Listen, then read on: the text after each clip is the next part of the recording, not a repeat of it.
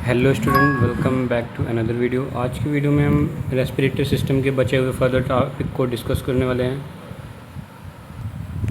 तो वीडियो को एंड तक देखना और सारी चीज़ें समझना। जो भी डाउट हो आप कमेंट में जाके क्वेश्चन अपना पूछिए।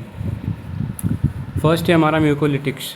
म्यूकोलिटिक्स normally the respiratory mucus is watery, the glycoprotein is mucus is linked by disulfide bond to form polymers making them slimy. मतलब कि जो म्यूकस होता है वो डाइसल्फाइड बॉन्ड से जो है बंधा होता है, और जो पॉलीमर्स होते हैं इनको स्लिमी बनाते हैं। और रेस्पिरेटरी डिजीज़ में क्या होता है कि जो ये म्यूकस है वो थिक और विस्किड हो जाता है, यानी कि गाढ़ा आने लगता है। तो म्यूकोलिटिक ड्रग्स क्या करती हैं, इन म्यूकस का जो विस्कोसिटी होती है उसको कम करने का काम करती है। इसका मोड ऑफ एक्शन देख लेते हैं। म्यूकोलिटिक्स drugs reduces the thickness of secretion and make it less tenacious by directly acting on secretion। ये जो ड्रग्स हैं ये डायरेक्टली म्यूकस पे एक्ट करती हैं और इनकी जो विस्कोसिटी है इसको कम करती हैं। It induced the copious secretion, it depolymerize mucopolysaccharides directly as well as by liberating lysosomal enzymes.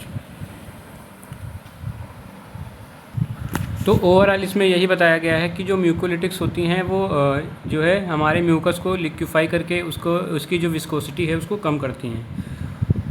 Doses की बात करते हैं तो जो ड्रग है ब्रोमोहेक्सिन वो 4 mg 5 ml में जो 4 mg या तो 4 mg देंगे, वो जो कि 5 ml में वो BD देंगे।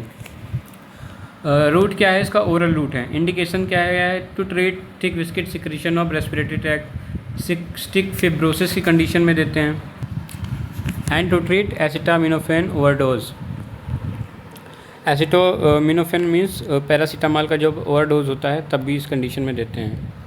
एनिसिटाइलसिस्टीन जो कि एंटीडॉट है PCM का, वो भी एक म्यूकोलिटिक एजेंट होता है। कॉन्ट्राइंडिकेशंस क्या क्या हैं इसके, फर्स्ट है हाइपर सेंसिटिविटी। साइड इफ़ेक्ट्स इसके देख लेते हैं। फर्स्ट है bronchospasm in elderly patient with severe respiratory insufficiency. बस जो इसका साइड इफ़ेक्ट है ये ब्रोंकोस्पाज्म है कि ब्रोंकोस्पाज्म करा सकता है क्योंकि डायरेक्टली एक्टिंग होता है। अब रोल ऑफ नर्स क्या क्या होते हैं। Since the drug has a foul smell rotten egg. Drug की जो स्मेल होती है वो जैसे फाउल स्मेल होती है, जैसे अंडा जो सड़ जाता है ऐसी स्मेल होती है इसकी। Avoid the preparation coming in contact with the taste buds on the tongue. मतलब कि आपको पेशेंट को जब मुंह में ये ड्रग डालनी है तो उससे बोलना है कि झट से आप इसको निकल जाइए, नहीं तो इतनी गंदी स्मेल होती है कि वो उल्टी भी कर सकता है। Encourage coughing after administration to treat acetaminophen overdose. Administer an acetylcysteine QDS for 4 days। अगर एसिटामिनोफेन का ओवरडोज होता है तो आपको जो है एन एसिटाइलसिस्टीन एडमिनिस्टर करनी है। Different form are available for oral, IV and nebuliser administration. इसकी जो म्यूकोलिटिक एजेंट है इसकी डिफरेंट फॉर्म अवेलेबल है, जैसे कि ओरल, IV एंड नेबुलाइजर के फॉर्म में भी अवेलेबल होता है। नेक्स्ट आ जाता है decongestant. It causes vasoconstriction and shrink mucosal membrane of the nose use to tract sinusitis and upper respiratory infection. Decongested क्या करता है कि जो हमारा नेज़ल कंजेशन होता है या रेस्पिरेटरी ट्रैक्ट में जो कंजेशन होता है उसको रिड्यूस कराने का काम करता है। इसकी डोजेज जो है वो 2.5 mg OD या BD देते हैं। कॉमनली जो ड्रग यूज होती हैं वो सूडो एफेड्रिन है, फेनिलेफ्रिन है और ऑक्सीमेटाजोलिन है। जो मोस्ट कॉमनली आपको देखने को मिलेगी वो ऑक्सीमेटाजोलिन देखने को मिलेगी। साइड इफ़ेक्ट इसके क्या क्या हैं। फर्स्ट है CNS stimulations, insomnia, palpitation and hypertension, rebound congestion of nasal mucosa. मतलब कि अगर आप इस ड्रग को ज़्यादा डाल लेते हैं तो हो सकता है आपको और ज़्यादा कंजेशन फील होने लगे। रोल ऑफ नर्स क्या क्या हैं। Use with caution in hypertensive patient. जो हाइपरटेंशन के पेशेंट हैं उनमें ये जो ड्रग है वो कॉशन के साथ यूज़ होनी चाहिए। These drugs are habit forming. Not to use in evening since they cause insomnia. मतलब इवनिंग टाइम इस ड्रग को यूज़ करने से अवॉइड करना चाहिए क्योंकि इंसोमनिया काज कर सकती है। To be administer with immediately after food to minimize gastric irritation. Monitor सीवियस consult physician if hypertension occur, मतलब कि आपको कार्डियोवास्कुलर सिस्टम को जो है असेस करते रहना है। अगर हाइपरटेंशन जैसी कंडीशन आती है तो आपको तुरंत ही डॉक्टर को इन्फॉर्म करना है। नेक्स्ट आ जाती है my drug expectorants. These are use to decrease the viscosity of mucus, increase the secretion of respiratory fluid by direct action on bronchial tissues। ये क्या करती हैं कि म्यूकस की विस्कोसिटी को कम करने के साथ साथ जो रेस्पिरेटरी सिक्रेशन इसको बढ़ाती हैं। कहाँ पे एक्शन करके? ब्रोंकियल जो टिश्यू हैं उन पे एक्शन करके। मैकेनिज्म ऑफ एक्शन क्या है? It acts by increasing the secretion of mucus by directly acting on lungs mucus membrane. ये म्यूकस मेम्ब्रेन जो होती है लंग्स की, उस पर डायरेक्ट एक्ट करती हैं। Smallest dose stimulate mucus secretion in lungs while larger dose irritate gastric mucosa produce emesis. अगर ड्रग कम अमाउंट में दी जाएगी तो ये म्यूकस सिक्रेशन को स्टिमुलेट करेगी। अगर इसका अमाउंट हम बढ़ा देंगे तो हमारे गैस्ट्रिक म्यूकोसा को इरिटेट करके जो है वॉमिटिंग प्रोड्यूस कराने लगेगी। डोजेज जो है इसकी 0.3 से 6 mg TDS दे सकते हैं ओरली। कॉमनली जो ड्रग यूज़ होती हैं डेक्स्ट्रोमेथॉर्फन, फैन, पोटेशियम आयोडाइड और ड्यूफिनोसिन यूज़ होती हैं। इंडिकेशन क्या क्या है इसके? Common cold and cough and bronchitis. Adverse effect इसके एलर्जिक रिएक्शन है और आयोडिज्म है, यानी कि आयोडीन का लेवल बढ़ जाता है। साइड इफ़ेक्ट्स हैं इसके जीआई डिस्टर्बेंस, यानी कि आपने पहले ही देखा कि ये अगर ज़्यादा अमाउंट में दी जाएगी तो गैस्ट्रिक म्यूकोसा को जो इरिटेट कर देगी, जिसकी वजह से गैस्ट्रोइंटेस्टाइनल ट्रैक्ट में डिस्टर्बेंस होगा। रोल ऑफ नर्सेस क्या क्या हैं? Take history for iodine reaction before administration potassium iodide. Next drug आ जाती है हमारे antitussive drug. Antitussive are drugs that's are use to treat cough.